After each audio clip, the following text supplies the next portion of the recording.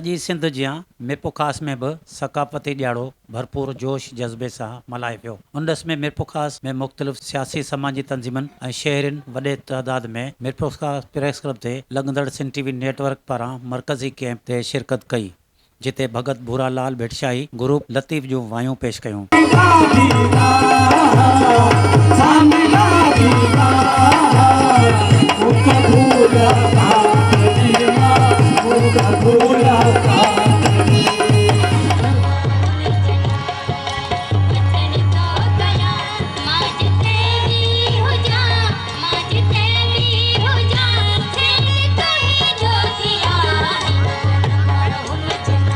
त वरी फनकारा खुशबू लगारी अमानत फ़कीर समेत ॿियनि फनकारनि फ़न जो मुज़ाहिरो कयो।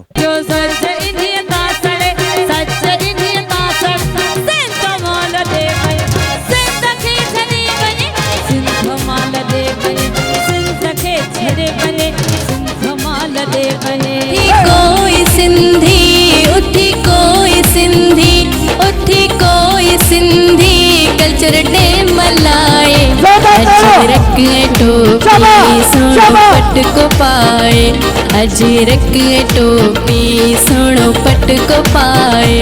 ते एडिशनल कमिश्नर डॉक्टर अली नवाज़ भूत, SSP मिरपुखास शबीर अहमद सेठार समेत मुख़्तलिफ़ खातनि जे आफ़ीसरनि पिणु वॾे तइदाद में शिरकत कई। त वरी सिंध यूनाइटेड पार्टी तरफ़ां मोहम्मद खान मरी लाला अज़हर पठान जी अॻुवाणी में स्टेशन चौक खां हिकु वॾी रैली कढी वई, जेका शहर जे मुख़्तलिफ़ इलाइक़नि मां गश्त कंदे मिरपुखास प्रेस क्लब अॻियां मुखी तक़रीब में पहुती। जीअं सिंध क़ौमी माज़ तरफ़ां जाम मुनवर समूह ऐं नूर मोहम्मद मरी जी अॻुवाणी में मखण समूह खां रैली कढी वई।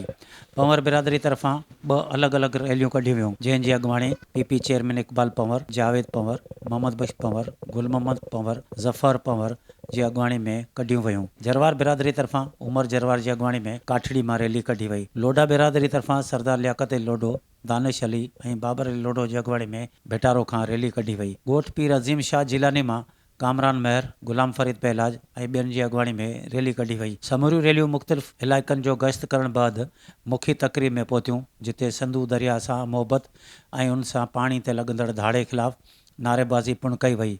मुखी तक़रीब में Ramesh Kumar Mali, high court bar association जे सदर advocate Ali Hasan Chandio, young doctor forum जे अॻुवान डॉक्टर लेखराज ऐं ॿियनि पिणु शिरकत कई, जिते फ़नकारनि पिणु फ़न जो मुज़ाहिरो कयो ऐं क़ौमी गीत पिणु ॻाया विया, जिते नौजवान झुमरियूं हणंदा रहिया। मुखी तक़रीब में ॿाड़ा, नौजवान ऐं वॾा सकाफ़ती अजरकूं टोपियूं पटका पहिरे शरीक थिया, जॾहिं त केतिरा ई नौजवान पंहिंजनि गाॾियुनि खे पिणु सकाफ़ती शयुनि सां सिंगारे तक़रीब में शरीक थिया। कैमरामैन एजाज़ भट्टी सां गॾु नज़ीर पंवर, सिंध TV न्यूज़ मिरपुखास।